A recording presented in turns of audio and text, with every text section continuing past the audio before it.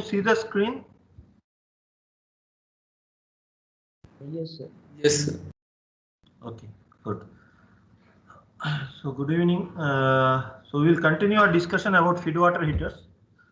And if you remember from the last class, we have discussed two types of feed water heaters. Okay. So one is the regenerative cycle with open feed water heater. What is the characteristic of this open feed water heater? The main feature is that the steam which is brought from the turbine gets directly mixed with the water which comes from the condenser or from the previous stage. There is direct mixing in a mixing chamber. There is no separate, so it is not like a heat exchanger. It is like a mixing chamber. Okay. And we have seen how the TS diagram looks like for this case. Then the second type that we have discussed is closed feed water heater with drains cascaded backwards.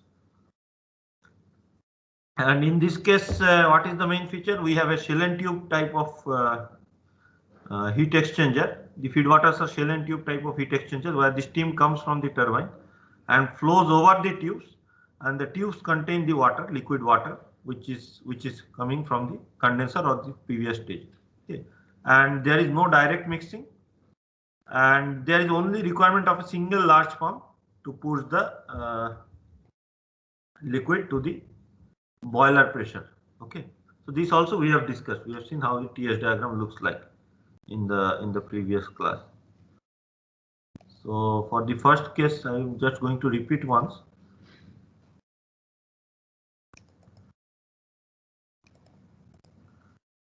It's too large anyway. So the TS diagram looks like this. So we extract steam at different points, and they get directly mixed.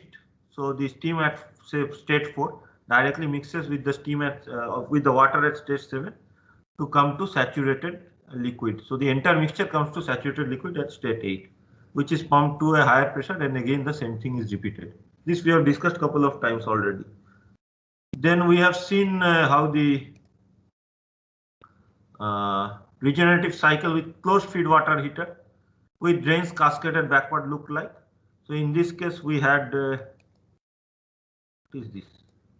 Okay, we again had extracted steam from the turbine at certain pressures, but now there is no direct mixing. So the steam at state 3 enters the shell and tube heat exchanger in saturated, not in saturated vapor, but with a large amount of vapor, and heat is extracted from the steam, and as a result the steam goes to state 9, which is saturated liquid in the shell of the shell and tube heat exchanger. And this heat which is extracted from this steam is used up to heat the feed water from state 6 to state 7. Okay, so this is the heating part within the tubes. So the heat exchange from the energy balance, we can say that Y1 into H3 minus H9 is equal to 1 minus Y1 minus Y2 plus Y1 plus Y2, because that is the additional amount which is coming from here. So ultimately 1 into H7 minus H6. Okay. So Y1 into H3 minus, sorry, there is a mistake. Y1 into H3 minus H9 plus Y2 into H12 minus H9, because this additional part also brings some energy. This is equal to H7 minus H6. We have studied this also. And we have seen what is terminal temperature difference, TTD. And we have also seen what is drain cooling. Okay. And we have seen finally how to calculate all the enthalpy values for a closed feed water heater system with drains cascaded backwards. And from the enthalpy values, how to use energy balance to calculate Y1 and Y2, and then how to calculate the heat addition, heat rejection, and turbine work, pump work, and the overall efficiency. So we will continue this discussion. Now we will go into the third type of feed water heater. Okay. Third type of feed water heater is known as closed feed water heater with drains pumped forward. So any questions from the previous part which was discussed in the previous class?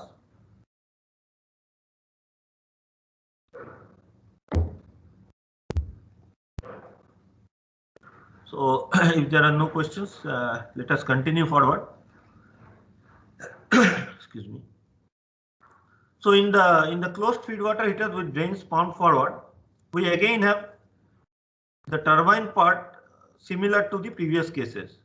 So I will go again through each of these processes. So you have steam at state 1, which is a very high temperature and pressure condition, entering the turbine. Then it is expanded in the turbine to a lower pressure and temperature. So it passes through a few turbine stages. After that, at an intermediate point, we extract a small amount, Y1 fraction of steam, and rest of it is again kept on expanding in the rest of the stages. So after further reduction of temperature and pressure, we extend again a certain amount of steam, Y2 amount of steam, Y2 fraction of steam, and rest of it is still expanded until it goes to state 4, which is the condenser pressure state. Okay. So this rest of the amount, 1 minus Y1 minus Y2, is then condensed in the condenser and goes to state 5, saturated liquid water. Okay. I will expand this, zoom this diagram.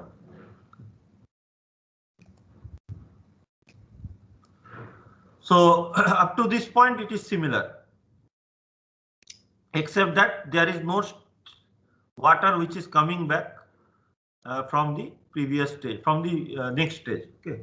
So only 1 minus Y1 minus Y2 amount of steam is getting condensed. So after that, this is pumped to the high pressure, means to the boiler pressure. So from 5 to 6, it is pumped to the boiler pressure. So P6 is equal to P1, which is the boiler pressure. P6 is equal to P1, which is the boiler pressure. So now this water is in a subcooled condition at the boiler pressure. Okay. So this exchanges heat in the shell and tube type of heat exchanger, closed feed water heater. It is the same type of feed water heater as the previous case. So from 3 to 13, there is condensation of the steam in the shell part of the shell and tube heat exchanger, and this heat which is lost by the steam going from H3 to H13 is taken up by the feed water. As a result, its temperature increases from 6 to 7. Okay. So the steam has come from 3 to 13, means it has condensed, and it has raised the temperature within the tube. So with the water within the tube from 6 to 7. Okay. Because the volume of water is very large within the tube. So as a result, the temperature rise is much smaller, or the enthalpy change is much smaller as compared to the enthalpy change from 3 to 13. From 3 to 13, the enthalpy change is huge, but Y2 is very small. Okay. So that's why there is an energy balance in between. So now this, we have water at state 7. Okay. And another, this is in the tube part, and in the shell part, we have water at state 13. Okay. Now this is taken out from the shell and tube heat exchanger and is pumped back to the boiler pressure. Okay, this is pumped back to the boiler pressure. So P14 is equal to P6 equal to P1. Okay, so this is the constant pressure line going from 6, this entire straight line and this line, and again up to this is at a constant pressure. This is isobaric line. Okay, so we are going to state 14 after pumping. Now we have water at state 14, which is at a certain pressure, boiler pressure. We have water at state 7, which is also at boiler pressure. These two are mixed together. Okay, these two water are mixed together, means they come from two pipes and just are poured into the same pipe. Okay, so they mix together, and the mixture goes to state 8. Okay, so from this 14 we are going back to 8, and from this 7 we are going forward to 8. Okay, so what will be the energy balance in this case? For this mixing, energy balance will be 1 minus Y1 minus Y2 into H7, which is the energy of this water, plus Y2 into H14, okay, is equal to 1 minus Y1 minus Y2 plus Y2. This is the mass here. This into H8. Okay, I will come to this anyway in detail. But these two mix together. So H7 and H14 mix together to go to the intermediate state H8. Okay. So from H8 now, so now we have steam at H8 condition. Okay, water, not steam, liquid water at H8 condition.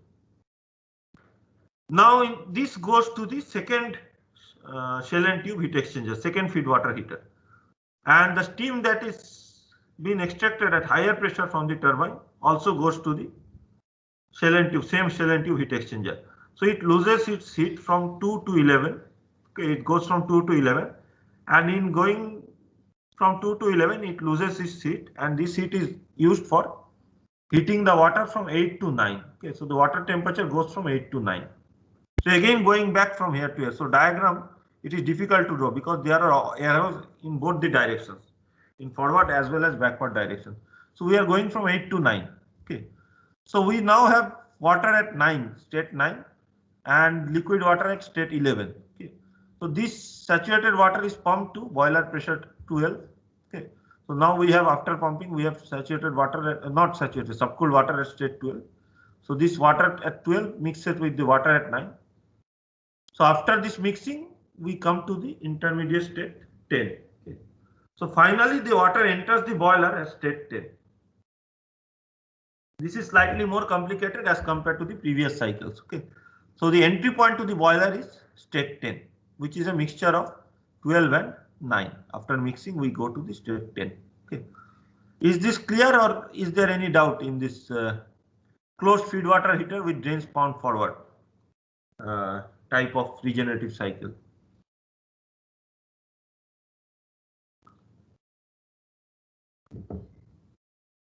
I hope the entire process is clear. What are the processes involved?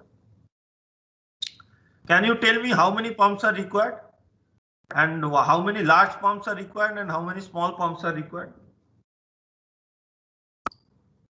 for this particular case, which has two feed water heaters?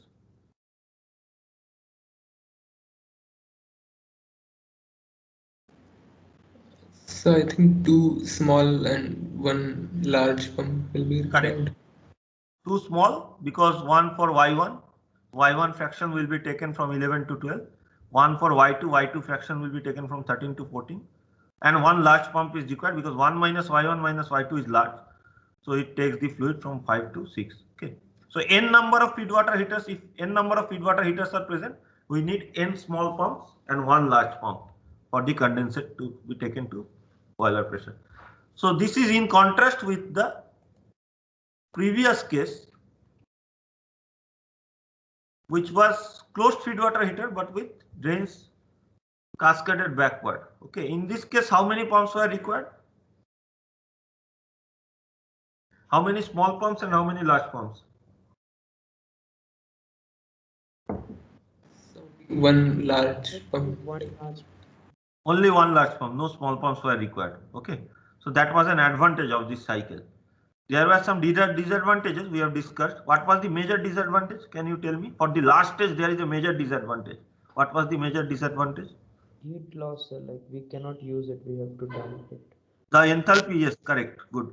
The enthalpy that is present with this fluid at H9, which is equal to H10, is being lost in the condenser to the condenser liquid. It is not being used in any way. Okay, we are losing it. We are not using it for heating up. So it was a huge loss. Now, if we come back to this cycle, there is no such loss occurring. Okay, in the condenser, only 1 minus Y1 minus Y2 amount of water is present, or steam is present. This Y2 part, which after state 13, the energy was remaining as H13, which we were using up, or which one we were not using, which we were just discarding. But here now we are using that energy also. After pumping it to state 14, we are using that energy to bring the fluid to state 8, okay, from state 7. So we are actually using up more energy of the fluid. So in that sense, this is more beneficial as compared to the drains cascaded backward type, but this has additional complexity, means much more complex, because so many pumps are there, then so many mixing chambers are there. So it is much more complex device. Its efficiency is better, efficiency of heat transfer, but it is much more complex. Okay, so these are the advantages and drawbacks. Let me show you the component diagram.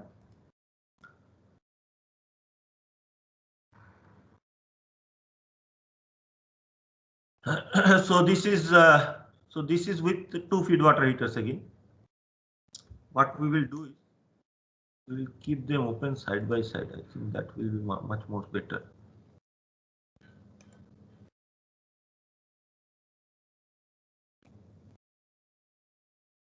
My numbers may not match with this because this is from the book, but I guess again this is matching. Let us try to see what happens. So at state 1 we have very high temperature and pressure steam. Then it is getting expanded, so there are multiple turbine stages which is not shown here. So after a few stages we have reached state 2, means somewhat lower pressure. So one may be at 10 MPa pressure, 2 may be at 1000 kPa pressure, okay, 1 MPa pressure. So here we are extracting small fraction of steam, okay, and rest of it gets expanded to state 3, which is say at 100 kPa pressure. So again small amount of steam is getting extracted and rest of it goes to state 4, which is say at 10 kPa pressure. I'm just putting some pressure values. Do not consider that these are the exact pressures always, okay, it can be any pressure. So I am just putting some values so that you get an idea about what are the typical values involved. It is in no way the pressures, it is in no way that always the pressures will be like this, okay, but for our case we are considering that these are the pressures. So now this steam at state 4 goes to the condenser, goes out at state 5, which is saturated liquid state. It is pumped to directly to the boiler pressure. So 10 MPa, from 10 kPa to 10 MPa. Okay, so there is a series of pumps. Instead of one pump, actually there will be a series of pumps which will pump it to 10 MPa pressure, a large pressure, boiler pressure. Now it goes to the shell and tube heat exchanger and its temperature increases from 6 to 7. How does that increase? Because we are extracting heat from the steam which was taken out at state 3, and as a result this steam goes to state 13. From 3 to 13 it goes from 3 to 13, okay, and 13 is saturated liquid state if there is no drain cooling. So then from 13 to 14 it is pumped to boiler pressure, okay, so from 14 it is now at boiler pressure, and 7 is also at boiler pressure, but it has different energy. 7 has different energy, lower energy, 14 has higher energy, temperature is higher. So they mix together to go to state 8. After mixing from 14 and 7 they mix together and go to state 8, okay. Now this state 8 liquid again enters the second feed water through the tubes, inner tubes, and its temperature goes from T8 to T9, enthalpy increases from H8 to H9, okay, and as a result what happens? So how does this happen? This happens by taking energy from the steam which was extracted at state 2, okay. So this energy at state 2, this steam is taken to state 11, okay, which becomes saturated liquid. So we have saturated liquid at 11. So now we again have two waters. One is liquid at state 9, one is liquid water at state 11. So it is pumped back to state 12, which is the boiler pressure. So we have water at state 12 and state 9. Both are at the same pressure. Lot of sound is there. I will close my windows.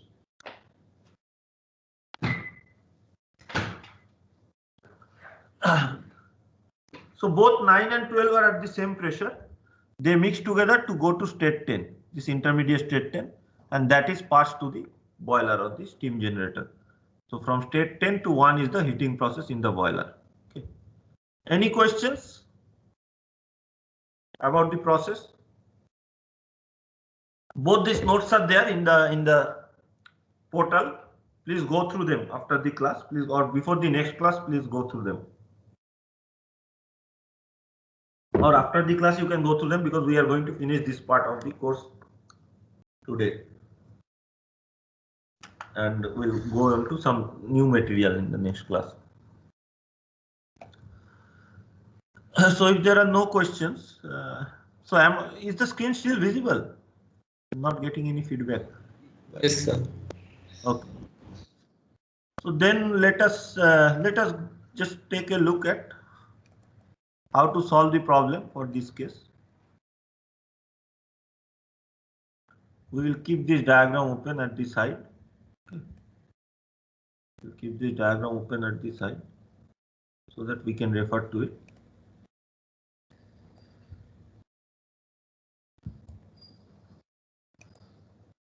This is so awkward. Okay, let us manage with this. So H1, H2, H3, H4 are again known, like the previous case. How are they known? Because P1 and T1 are given, boiler pressure and maximum temperature we have discussed. Engineer knows all this input. P2, P3, how will we find? We will find based on the optimum temperature. Optimum temperature, how will we find? Optimum temperature we'll find by dividing this into equal temperature regions. So from 5 to this point, we will divide into equal temperature regions, and 13 and 11 will be equidistant. So 5 to 13 is temperature difference is similar, 13 to 11 temperature difference is similar, 11 to this point temperature difference is similar. It may not be always be the exactly like that, but this is the idea. Sometimes the pressures may be directly specified. Okay. So if the temperatures are known, we know the pressure based on the saturation pressure for that temperature. Okay. And P4 is the condenser pressure, which is known from the ambient conditions. So saturation temperature is known from the ambient condition, and accordingly pressure is also known. So accordingly you can find out H1, H2, H3, H4. Then H5, H13 and H11 are also known. H5 is the saturated liquid condition at condenser pressure. H13 is the saturated liquid condition at the feed water heater pressure. H11 also is saturated liquid condition at the other feed water heater pressure. So these three are also known. Then H6, H14 and H12 we can directly find out based on the pressure difference and specific volume just by calculating the pump work. So H6 is equal to H5 plus V5 into P6 minus P5. Similarly, H14 is equal to H13 plus V13. This will be V13. Okay, it's not V3. It's wrongly written as V3. Please note that this is V13. So this is V13 into P14 minus P13, and H12 is equal to H11 plus V11 into P12 minus P11. So H6, H14 and H13 are also, H12 are also known. So we only have to find H7, H8, H9 and H10. Okay, only these 4 points are left. All the other points are known. Diagram is there on the other side. So now we have to do energy balance in the feed water heater. Okay. Again, it is wrongly written. FWH, feed water heater H. Okay, I don't know why I have written FWD. It should be FWH. So energy balance in the feed water heater gives us, so for the first feed water heater, it gives us Y2 into H3 minus H13. Okay, Y2 into H3 minus H13 is equal to 1 minus Y1 minus Y2, this amount, into H7 minus H6. H7 minus H6. Okay. So the heat gained by the feed water is equal to the heat lost by the steam in the feed water heater. So we here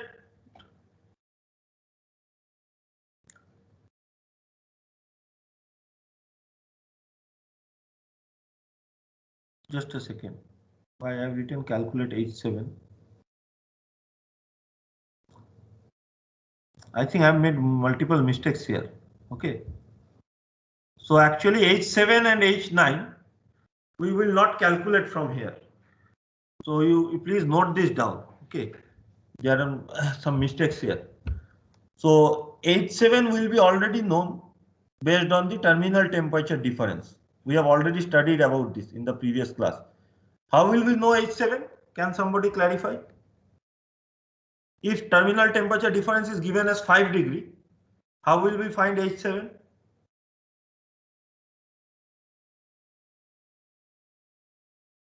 So like the T13 minus T7 will be. T13 minus T7 is 5 degree. Yes, sir. Then from T7, how will you find H7?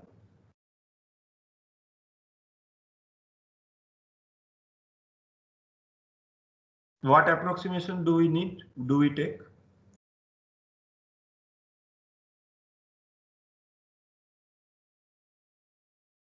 We have discussed this multiple times, that there is not much variation in the subcooled liquid of enthalpy with respect to temperature. So at the same temperature, whether you are at this point or at this point or at this point, I hope the mouse cursor is not lagging behind. So if you draw a constant temperature line, subcooled liquid, there won't be much difference at different locations at the same temperature for the enthalpy. So H7 I can take equal to, then tell me. It's the saturated liquid. Saturated And liquid enthalpy. Correct? Saturated liquid enthalpy. So this is how we will find H7. Okay, this is wrongly written. This is how we will find H7. Similarly, we will also find H9 in a similar way based on the TTD for this. So T11 minus T9 will be the other TTD, terminal temperature difference, and then we will find H9 based on the temperature T9. Okay. So once H9 and H7 are known, okay, we will have these two equations, one for the energy balance of the first feed water heater, one for the energy balance of the second feed water heater, to find out Y1 and Y2. Y1 and Y2 are the unknowns. Okay. In between, we have to do another energy balance. What energy balance we have to do? 1 minus, see this H14, I don't know whether I have written it anywhere. Yes, this one. So H14, what is the quantity of water at H14? Y2. Okay. So Y2 into H14 plus the energy at H7, which is 1 minus Y1 minus Y2 into H7. This is the total energy before the mixing part. Okay. This is the total energy at this point. So at this point and at this point. So here we have certain energy, here we have certain energy. After mixing the total energy, we have to find out. Okay. So 1 minus Y1 minus Y2 into H7 plus Y2 into H14 is equal to the total mass at H8, which is equal to 1 minus Y1. Total mass at 8 is 1 minus Y1. This into enthalpy 8 gives us 1 minus Y1 into H8 will give us the energy. Okay. So this is another energy balance equation which will give us H8. So simultaneously we will have to solve.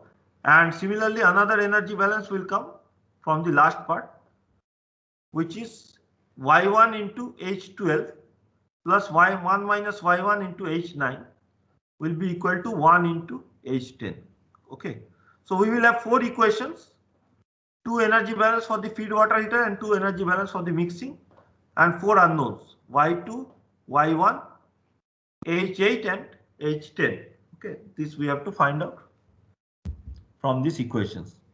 Any questions on this? So please note that we cannot calculate H7 and H9 like this. We have to find first H7 and H9 based on the TTD, and then we have to calculate H8, H10, Y1 and Y2 based on the 4 equations. 2 energy balance for the feed water heater, 2 energy balance for the mixing that occurs. Okay. Any questions? No questions? no, sir. So is it clear to you what is happening? I'm going very slowly here. Try to solve a problem again. Okay. What I suggested previous class, same again, try to solve again. Okay. Note down some values just for practicing. Okay. I don't have the answer also. I'm just making up the problem. So P1 is equal to 10 MPa, P2 is equal to 1 MPa, P3 is equal to 100 kPa. This is also getting recorded. So you can just look at the recorded lecture also for the values. P3 is equal to 100 kPa and P4 is equal to 10 kPa. And T1 is equal to 600 degrees centigrade. Okay. And the terminal temperature differences are 5 degree for both the cases. 5 degrees centigrade for both the cases. Terminal temperature differences are 5 degrees centigrade. Find out Y1, Y2 and the efficiency of the cycle. Okay. Find out Y1, Y2 and the efficiency of the cycle from this data. I will repeat again. T1 is 600 degrees centigrade. P1 is 10 MPa. P2 is 1 MPa. P3 is 100 kPa and P4 is 10 kPa. Okay. And so 4 pressures and temperature is given, and terminal temperature difference is 5 degrees centigrade. Okay. Find out the efficiency and Y1 and Y2. Do the same problem with closed feed water heater with drains cascaded backward also. Same problem with exact same data and find out the efficiency. And do the same problem with open type of feed water heater. There we don't have any TTD. We don't require any terminal temperature difference. So without any terminal temperature difference, you just calculate what is the efficiency and Y1 and Y2 for the open feed water heaters. If it has open feed water heaters, all these three you compare. Okay. Please do this and compare these three cases. So there are three problems now. Compare these three cases. Maybe I will give you this as an assignment also, because this is useful to learn and see. So advantages and disadvantages of the different feed water heaters. Then we can discuss. Open type is a very simple design. Okay. So direct mixing is occurring. There is no complex shell and tube heat exchanger. Direct mixing occurs. So simple design. As a result, the cost is lower. Also, heat transfer is better because there is direct mixing. Heat transfer does not occur through any tube wall. So heat transfer is better. And another advantage is that the open type of feed water heaters can be used. We have not discussed much, but it can be used for deaeration. What is deaeration? Deaeration means you have a certain amount of dissolved gases in the water, okay, which is harmful because if you take it to low pressure in the turbine, these gases evolve out of the liquid. These dissolved gases come out of the liquid and causes problem. So if you can remove that, that is beneficial. So this process is known as deaeration. So this is done. This can be done in open type of feed water heater in the mixing chambers. It is possible to do that. Okay. So these are the advantages. What are the disadvantages? The main disadvantage is that each stage needs a very large pump. Okay, each feed water heater needs a very large pump. We can notice that here. Okay. You can notice it here that each of these stages is carrying. So first stage is carrying 1 minus Y1 minus Y2 minus Y3. So that is large quantity. Second stage is carrying even more. Third stage is carrying even more. So each of the pump is a large pump. Okay. So because we need large pump for each feed water heater, the operation is costly and there are a lot of operational problems. Okay. So as a result, this is not very preferable, although it has so many other advantages.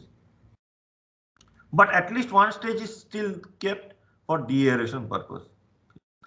Then we have closed feed water heater with drains cascaded backward.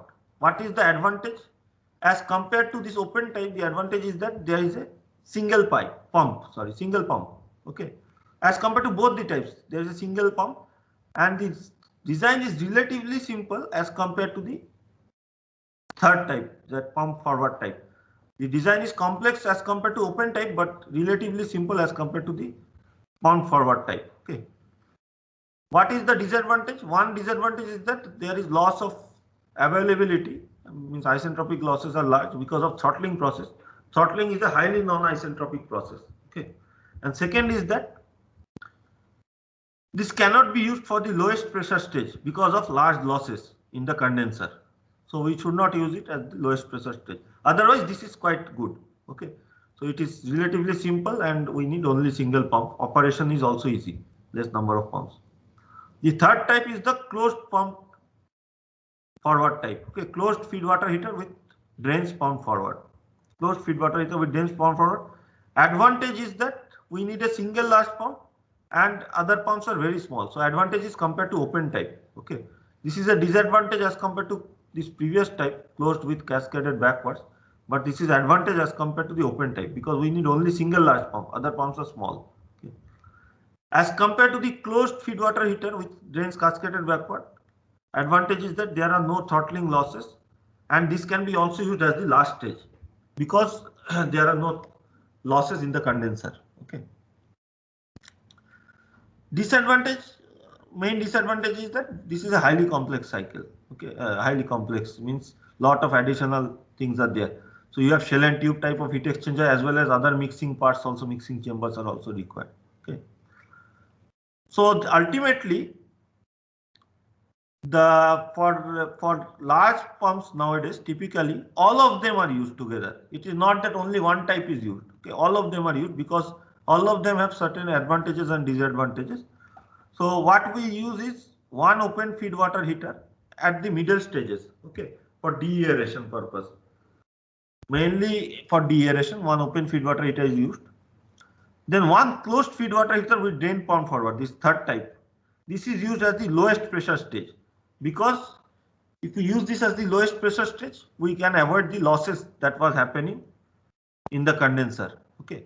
And all the other stages, because of simplicity, we use closed feed water heater with drains cascaded backwards, except the lowest stage and one in the middle. We use multiple closed feed water heaters with drains cascaded backwards, okay. So total maybe 7-8 feed water heaters may be present in modern large scale, in that means large scale thermal power plants. So one open feed water heater, one closed feed water heater, and maybe 4, 5 or 5, 6 closed feed water heater with drains cascaded backwards, okay. Any questions from this part? So this will complete our regeneration cycle. So all the basic 3 types of cycles we have studied: simple Rankine cycle with reheat, and Rankine cycle with regeneration. And we have gone into significant depth in the Rankine cycle with regeneration part. You should be able to solve any of the problems. I will send you a problem sheet, okay, maybe today or tomorrow for practicing, but I have also told some problems verbally. You can practice those also. Just do a comparison and check with your friends whether you are getting similar results. You have the tables, you should be also very familiar in how to use the tables, okay. Any questions?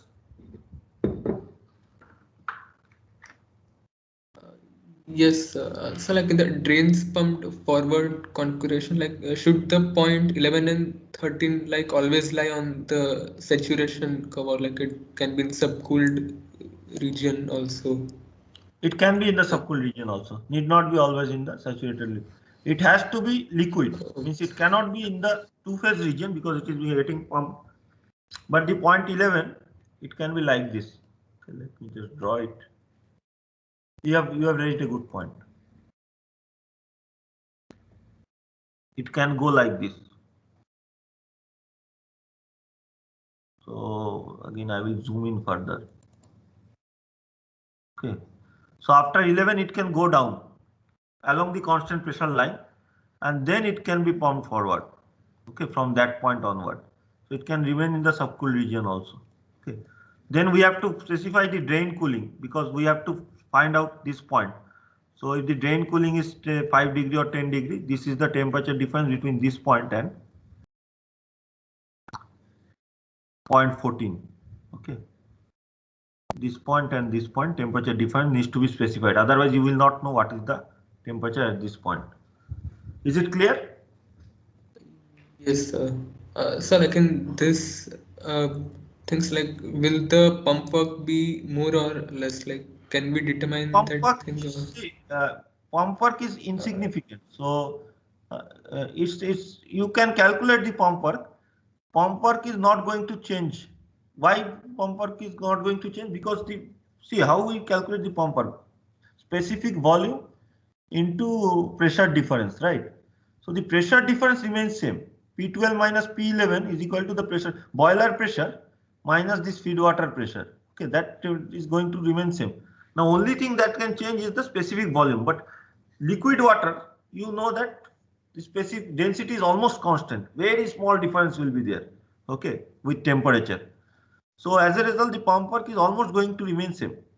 Now, even if the pump work was different, even if it was say two times, okay, I'm saying it is remaining same, but even if it was 2 times, that would not have caused too much problem for us, because the pump work is so small as compared to the turbine work output that actually it does not have much impact on the efficiency. Pump work is less than 1% of the turbine work output, less than 0.5% even, as compared to turbine work output. We have seen this in a problem also. If you revisit the problem, you will see that. Okay, so what we draw here is very exaggerated. Actually, this line 11 to 12 is very small. Okay, these constant pressure lines are very close to the saturation line, and this line 11 to 12 is very small. I cannot draw it here, so I draw it like a long line. 13 to 14 is very small. This constant pressure line will go like this, very near to this. Okay, like this it will go, and this for you can understand this, because if you are pumping a fluid, liquid water, how much temperature rise do you see? Say you are pumping water from certain pressure to a certain higher pressure. For liquid water, you won't see much temperature rise occurring in the liquid water. Okay, if you measure the temperature before pumping and after pumping, say you are pumping it in your home. Okay, so you will not see much temperature difference that is occurring in the liquid water. So temperature difference because of pump is very small. But here the pressure rise is very large, so still there can be a slight increase in temperature, but the pump work is insignificant. What was your question? You were continuing to say something. I interrupted you in between. No, it's like this was the only thing. Okay. Yes. Okay. So, any other questions? Very good point. Actually, you had raised that. It has clarified for the other students also. So there are a few minor things. Still, some time is left. So let me go through these minor things. So some minor definitions, okay, are actually used in quantifying the work output and efficiency of thermal power plants. Okay. So one of them is known as heat rate. Okay. So what is this heat rate? So rate of heat input to produce unit work output. Okay. So how much heat input is required in the boiler? Okay. This is not for regenerative cycle. This is true for any of the cycle, Rankine cycle, regenerative Rankine cycle, reheat Rankine cycle, or simple Rankine cycle. We have come out of that part, regenerative Rankine cycle. Now we are talking about general Rankine cycles. Okay, any Rankine cycle. So the amount of heat that is needed in the boiler for unit work output. Okay, so amount of heat needed is QB, heat addition in the boiler unit. So this is the total heat needed, and total work output per unit mass flow rate is W net.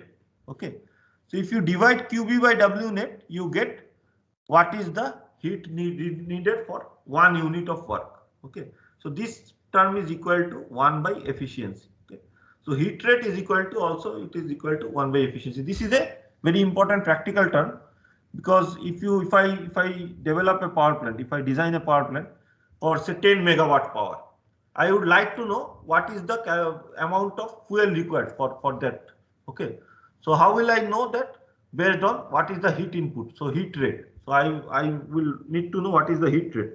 So if the heat rate is, say, heat rate is 3, I'm just putting some value. If the heat rate is 3, I know that for 10 megawatt power generation, I need 30 megawatt of heat input. So from 30 megawatt heat input, I know how much fuel needs to be burnt per unit time. Okay. So if the heat rate is 3, what is the efficiency? Efficiency is 33.3%. Okay. 1 by heat rate, right? So heat rate and efficiency are related like this, efficiency of the cycle. Similarly, there is another parameter which is called as steam rate. This is the rate of flow of steam, mass flow rate of steam for unit work output. Okay, mass flow rate of steam for unit work output. So if the work output is say 10 megawatt, and for that you need 10 kg per second of steam. So for 1 unit of steam, for 1 unit of work, how much steam is required? So if the unit of work is kilojoule per kg, I can divide 10,000 like 10 kg by 10,000 kilojoule per kg, and I will get what is the steam flow rate. Okay, so its unit or its definition can be written as 1 by W net, where W net is the specific work output. Okay, so by definition, W net was the amount of work output per unit mass flow rate of steam. Okay, so opposite of that is amount of steam required per unit work output. What will be the unit of steam rate?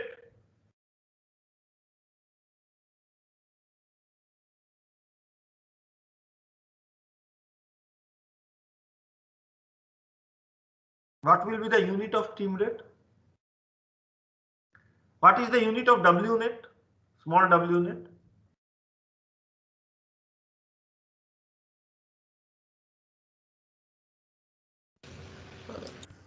So joule per kg. Yes. Generally we use kilojoule per kg, but joule per kg is also correct. Okay. Because we are dealing with very large quantities, we use kilojoule per kg or joule per kg. It's fine. So then what will be the unit of steam rate? Kg per kilojoule, right? Is it clear to everyone? Yes, sir. And secondly, what is the unit of heat rate?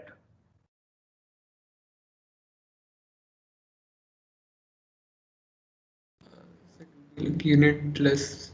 It is unitless. There is no unit, right? Efficiency is unitless. So 1 by efficiency is also unitless. QB has unit of kilojoule per kg. WNet has unit of kilojoule per kg. Okay. So efficiency of the cycle, eta thermal or eta cycle, can be written as WNet by QB. So these are the three important characterization parameters for measuring the output of a thermal power plant. Okay, from practical point of view. Then there are a few. So let me finish by just finishing this up page. Although time has run out, I will just take 3-4 minutes to finish this. Okay. There are other efficiencies apart from cycle efficiency. Okay, so let me open. I don't have a simple Rankine cycle, but you have this anyway. So let us just. Oh, I have a simple here itself. It is there. Let me enlarge this part. What is this? So we already know what is the efficiency, thermal efficiency of a cycle. How do we define it? Net work output, which is H3 minus H4 minus H2 minus H1 divided by heat addition in the boiler, which is H3 minus H2. Is there any doubt for anyone about the thermal efficiency of the cycle or eta cycle? Or is it clear to everyone? This is very basic thermodynamics. You have read it in thermodynamics course. Okay. What is the efficiency of the cycle? Now, apart from this, there are other losses also occurring. Okay.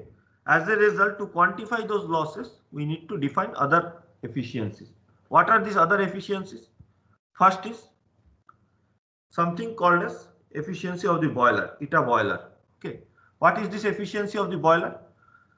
So we have considered till now that there is heat addition in the boiler, which is equal to H3 minus H2. Okay. So if the mass flow rate of steam is m dot steam, the total heat addition is m dot steam into H3 minus H2. But in the actual fuel, the energy that is there is slightly larger than this. Okay.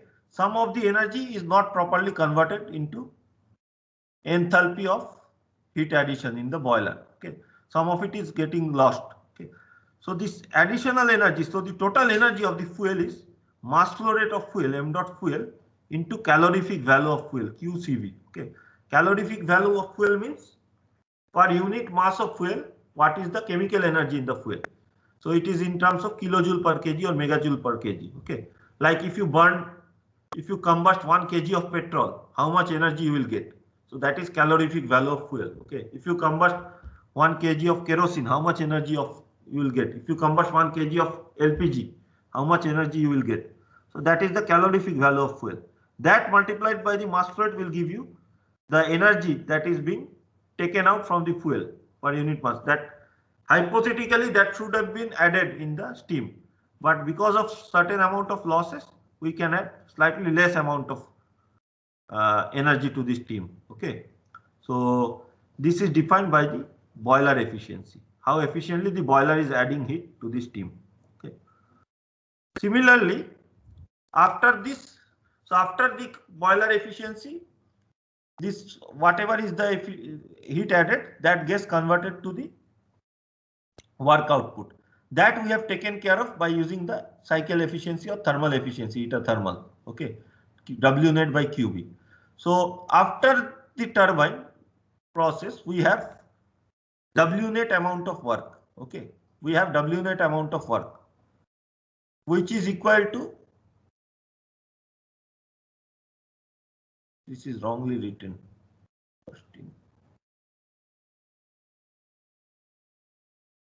This is H3 minus H4. Okay, H3 minus H4.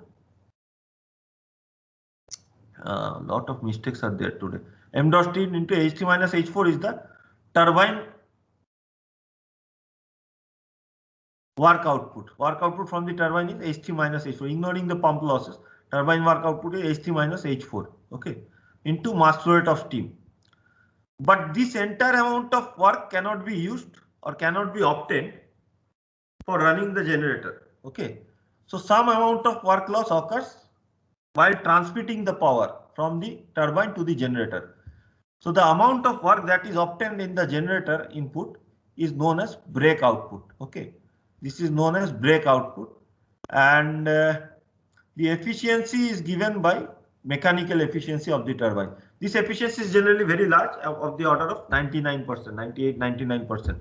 Small amount of losses occur because of transmission. Why this happens? Because of bearing losses and other frictional losses. Okay. Then in the generator, we are providing turbine brake output amount of work, but 100% cannot be converted to electrical energy. Okay, some percentage gets converted to electrical energy. So this is taken care of by generator efficiency. So out of 100% work, how much is getting converted to electrical energy? That is the efficiency of the generator. So yes, question. So after the generator is generating certain amount of electricity, we cannot use or supply the entire electricity to the grid. Okay, some amount of electricity is used for running auxiliary devices, like other pumps are there, fuel pumps are there. In this case, there is no fuel pump, but there are pumps for running or there are fans. So in the furnace, which needs to be run, means blowers are there for pumping air in the furnace, for then running the crushers for the coal. So a lot of energy is required, which is also taken out after the electricity is generated by the generator. So after that, only certain amount of power is transmitted from the power plant to the grid. Final grid means electrical grid. So the net power transmitted by the gross electrical power. Gross electrical power is this electrical output. This is defined as this ratio is defined as auxiliary efficiency. Okay, efficiency after removing the auxiliary energy. Okay, energy required by the auxiliary devices. So now the overall efficiency of the entire power plant can be considered as total energy that was there in the fuel as calorific value of the fuel, and ultimately how much energy we are getting in the grid, means electrical output from the plant, thermal power plant, after using up all the energy for all the losses.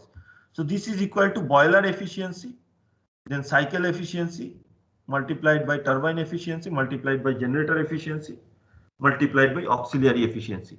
Out of this, cycle efficiency is the driving factor. It is of the order of 30 to 40%, and all the other efficiencies are very large, 90 something percent. Okay, so finally this gives us the overall efficiency of the thermal power plant. Any questions? We will stop here. Any questions or any confusion about the different efficiencies?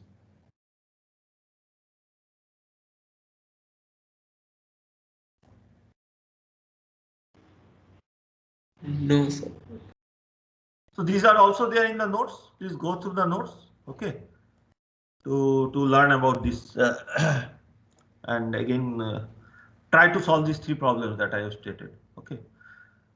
Next week, Friday, we will have a meeting at 4:30, short meeting, 10 to 15 minutes, with me and Dr. Chetan about your internships. What is the status of the internships? And Dr. Chetan is also internship coordinator, okay, from last year. He has also joined with me.